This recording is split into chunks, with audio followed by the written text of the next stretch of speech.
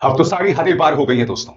अमेरिकी राष्ट्रपति Donald Trump ने जो ताजा बयान दिया है उससे जबरदस्त सनसनी मच गई है। और अगर अब भी भारतीय जनता पार्टी सरकार खामोश रहती है तो उसके लिए इससे ज्यादा शर्मिंदगी की बात नहीं है। डोनाल्ड ट्रंप ने अपने ताजा बयान में कहा है कि ऑपरेशन सिंदूर में 5 फाइटर जेट्स गिरे। जी हां, 5 फाइटर जेट्स। हमारे बड़े बड़े सैनिक अधिकारी अब तक इस बात को कबूल करते आ रहे थे कि ऑपरेशन सिंदूर में भारत के जेट्स गिरे, मगर किसी ने भी संख्या की बात नहीं की थी। और अब डोनाल्ड ट्रंप ने 5 फाइटर जेट्स गिराए जाने की बात की है। क्या सीडीएस अनिल चौहान, जिन्होंने इस बात को कबूला था जेट्स गिरे, और सबसे बड़ी बात उन्होंने कहा कि 2 दिन तक हमारी जेट्स ने उड़ान नहीं भरी थी, या फिर हमारे deputy army chief Rahul Singh, जिन्होंने इस बात को स्वीकार किया था कि इस जंग में भारत चीन और पाकिस्तान दोनों का सामना कर रहा था। प्रधानमंत्री नरेंद्र मोदी, रक्षा मंत्री राजनाथ सिंह, विदेश मंत्री एस जयशंकर सामने आकर उन्हें स्पष्टीकरण देना पड़ेगा। मायने है डोनाल्ड ट्रंप के शब्दों में, हमने कई बड़े युद्ध रोके और ये बहुत सीरियस थे। इंडिया और पाकिस्तान का मामला चल रहा था, फाइटर प्लेन गिराए जा रहे थे। मुझे लगता है 5 जेट्स गिराए गए थे। ये 2 न्यूक्लियर देश हैं और एक दूसरे पर हमला कर रहे थे। ये जैसे एक नई तरह की जंग लग रही थी। आपने हाल ही में ईरान में भी देखा, हमने वहां उनकी न्यूक्लियर कैपेसिटी पूरी तरह खत्म कर दी, लेकिन इंडिया और पाकिस्तान आमने सामने थे और ये सब बढ़ता जा रहा था। फिर हमने इसे ट्रेड के जरिए सुलझाया। हमने कहा अगर तुम ट्रेड डील चाहते। पाकिस्तान ने भारत के 5 जहाज गिराए। पाकिस्तान रुकने वाला नहीं था। ट्रंप के बयान पर भारतीय मीडिया में कोहराम मच गया। देखिए, भारतीय मीडिया इस पर आग बबूला हो गया है। भारतीय मीडिया इस पर क्या कहता है, आइए वीडियो देखते हैं। अब तो सारी हदें पार हो गई है दोस्तों। अमेरिकी राष्ट्रपति डोनाल्ड ट्रंप ने जो ताजा बयान दिया है उससे जबरदस्त सनसनी मच गई है। और अगर अब भी भारतीय जनता पार्टी सरकार खामोश रहती है तो उसके लिए इससे ज्यादा शर्मिंदगी की बात नहीं है।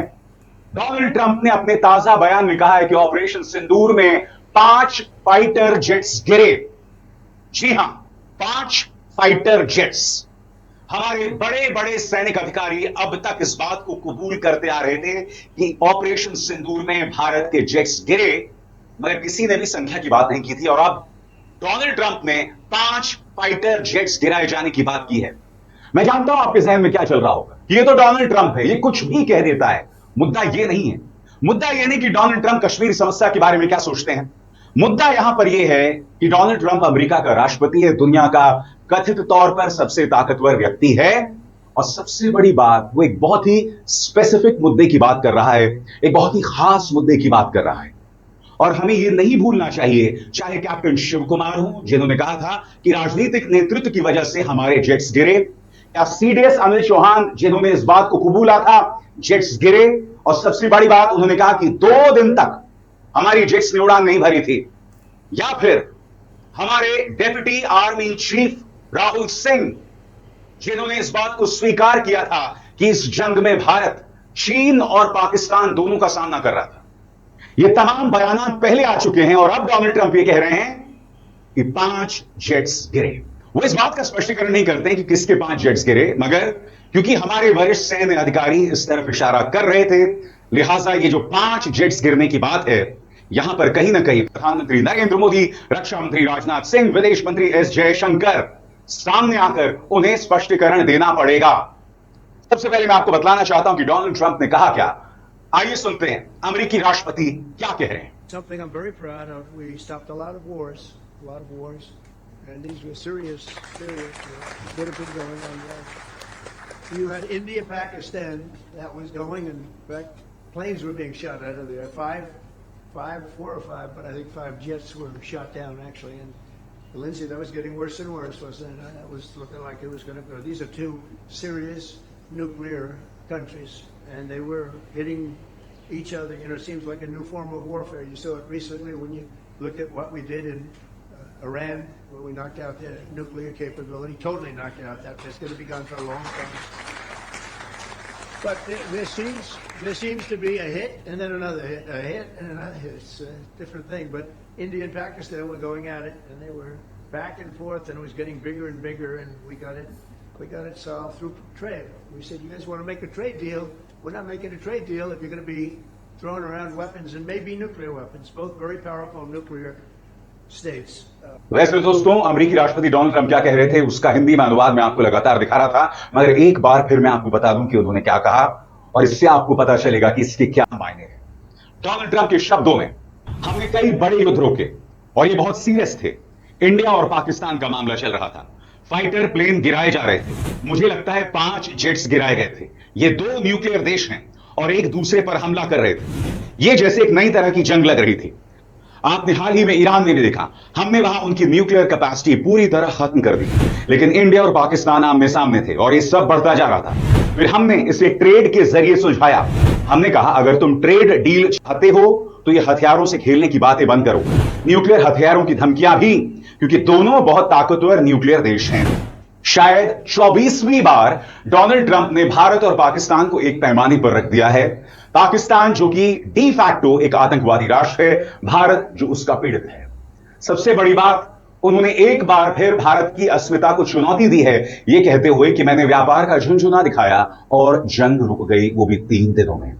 क्योंकि उस वक्त भी कई रक्षा जानकार ये सवाल उठा रहे थे कि जब हम अपने मन मुताबिक लगातार पाकिस्तान के सैन्य ठिकानों पर प्रहार कर रहे थे तो 3 दिन में हमने जंग क्यों रोक दी। ये सवाल लगातार उठाए जा रहे थे, मगर आज तक प्रधानमंत्री ने इसका कोई जवाब नहीं दिया। मैं फिर आपसे पूछना चाहता हूं कि अब भी रक्षा मंत्री राजनाथ सिंह को खामोश रहना चाहिए, विदेश मंत्री एस जयशंकर को खामोश रहना चाहिए? क्या आपका काम मिस्टर जयशंकर सिर्फ लेजर आइज मीम्स के लिए रह गया सीमित? और प्रधानमंत्री, अब तो आप बिहार की चुनावी सभाओं में लग गए और वहां पर आप ऑपरेशन सिंदूर के नाम पर एक बार फिर राजनीतिक रोटियां सेकेंगे, मगर यहां डोनाल्ड ट्रंप क्या कह रहे हैं कि 5 जेट्स गिर गए। स्पष्टीकरण दीजिए, इन 5 जेट्स की वो बात कर रहे हैं। और ये मुद्दा आज मैं इसलिए उठा रहा हूं क्योंकि मैं अब आपको बताना चाहता हूं कि हमारे 3 वरिष्ठ सैन्य अधिकारियों ने बार बार इस तरफ इशारा किया था। सबसे पहले इंडोनेशिया में कैप्टन शिव कुमार, जो कि हमारे डिफेंस अटैचे हैं, इनका बयान बहुत कुछ कहता है।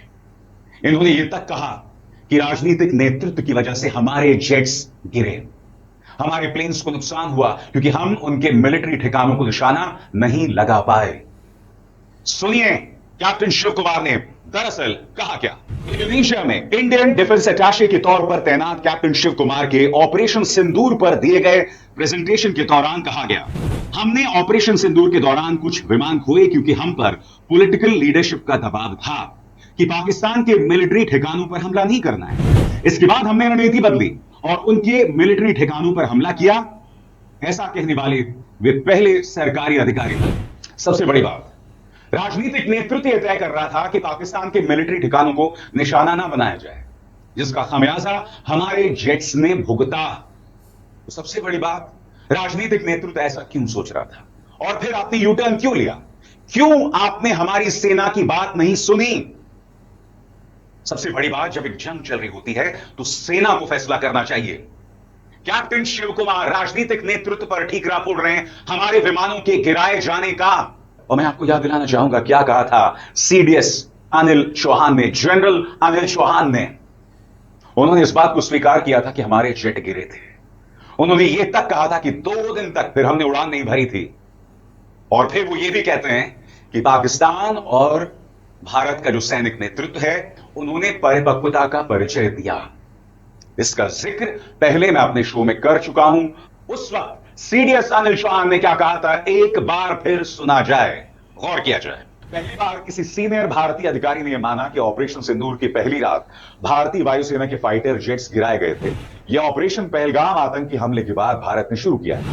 जनरल चौहान ने इन शुरुआती नुकसानों को स्वीकार किया और कहा कि ये कुछ रणनीतिक गलतियों की वजह से हुई। हालांकि उन्होंने यह साफ नहीं किया कि कितने जेट्स गिरे थे, लेकिन पाकिस्तान के 6 भारतीय जेट्स गिराने के दावे को उन्होंने बिल्कुल गलत बताया। उन्होंने जोर देकर कहा कि मुद्दा यह नहीं होना चाहिए कि कितने जेट्स गिराए, बल्कि यह समझना जरूरी है कि यह नुकसान क्यों हुआ और बाद में उन गलतियों को कैसे सुधारा गया। यहां पर सीडीएस अनिल चौहान यह कह रहे हैं कि कुछ रणनीतिक गलतियां हुई। किसकी वजह से हुई? और सबसे बड़ी बात, इसमें राजनीतिक नेतृत्व का कितना बड़ा हाथ था। दूसरी बात, ऑपरेशंस, हवाई ऑपरेशंस कुछ देर के लिए रोके गए। इस बात को किसी और ने नहीं, सीडीएस अनिल चौहान ने कबूला था। अगर आप भूल गए हैं तो एक बार फिर आपके सामने, इंडियन एयरफोर्स ने नुकसान के बाद 2 दिन तक अपने सारे फाइटर जेट्स नहीं उड़ाए। इन नुकसानों के बाद भारतीय वायुसेना ने करीब 2 दिन तक अपने पूरे स्तर पर ऑपरेशंस रोक दिए थे। इस दौरान रणनीति की समीक्षा की गई और उसमें सुधार किया गया। जनरल चौहान ने ब्लूमबर्ग को बताया, हमने जो रणनीतिक गलती की थी उसे पहचाना, सुधारा और फिर 2 दिन बाद दोबारा पूरे जेट्स उड़ाए।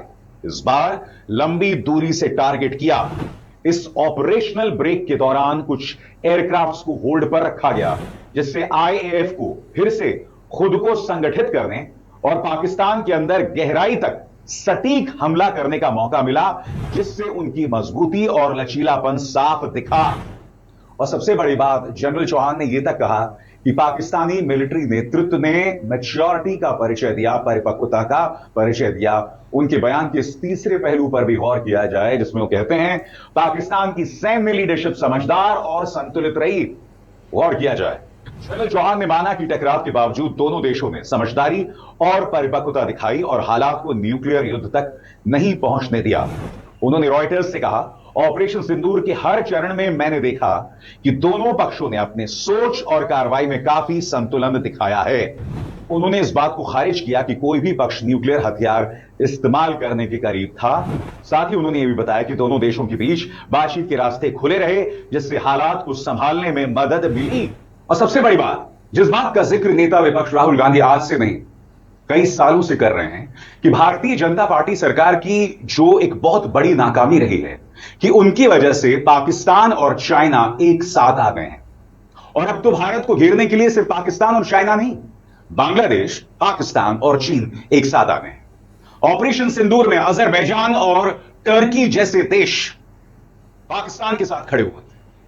हमारे साथ खुलकर एक भी देश ने हमारा समर्थन नहीं जतलाया, क्योंकि हमारे यहां प्रधानमंत्री से लेकर मुख्यमंत्री आदित्यनाथ से लेकर हेमंत शर्मा तक लगातार सभी मुसलमानों के खिलाफ जहर उगलते हैं। लिहाजा कोई भी मुस्लिम देश हमारे पक्ष में नहीं आया पाकिस्तान के खिलाफ, जबकि इनमें से कई ऐसे मुस्लिम देश हैं जो पाकिस्तान को पसंद नहीं करते हैं, क्योंकि वो ये भी देख रहे हैं कि भारत के अंदर मुसलमानों के साथ किस तरह का बर्ताव होता है। दोस्तों, बहुत जरूरी हो जाता है कि हम सुने deputy army chief Rahul Singh ने क्या कहा। उन्होंने सबसे बड़ी बात की कि हमारे कुछ सिस्टम्स काम नहीं कर रहे थे। यह बहुत बड़ी बात है। ये कौन से सिस्टम्स है जो काम नहीं कर रहे थे? याद कीजिएगा, हमारी वायुसेना प्रमुख अमरप्रीत सिंह ने भी यही बात कही कि रक्षा सौदों में देरी हो रही है, डिलीवरी में देरी हो रही है, जिसका नुकसान हमें हो रहा है। यही बात डेप्यूटी चीफ राहुल सिंह कह रहे हैं, सीडीएस अनिल चौहान कह रहे हैं, यानी कि सेना बार बार चीख चीख कर यह बात सामने रख रही है कि राजनीतिक नेतृत्व की कमी की वजह से हमारे सैनिक ऑपरेशंस को नुकसान पहुंच रहा है। राजनीतिक नेतृत्व को जिस तरह से मुस्तैदी दिखानी चाहिए वो नहीं दिखा रहे हैं, जिसकी वजह से वॉर लाइक सिचुएशन में भारत को नुकसान हो रहा है। याद कीजिएगा, deputy army chief Rahul Singh ने क्या कहा था। सबसे बड़ी बात, जो बात राहुल गांधी ने कही थी वो सही साबित हुई।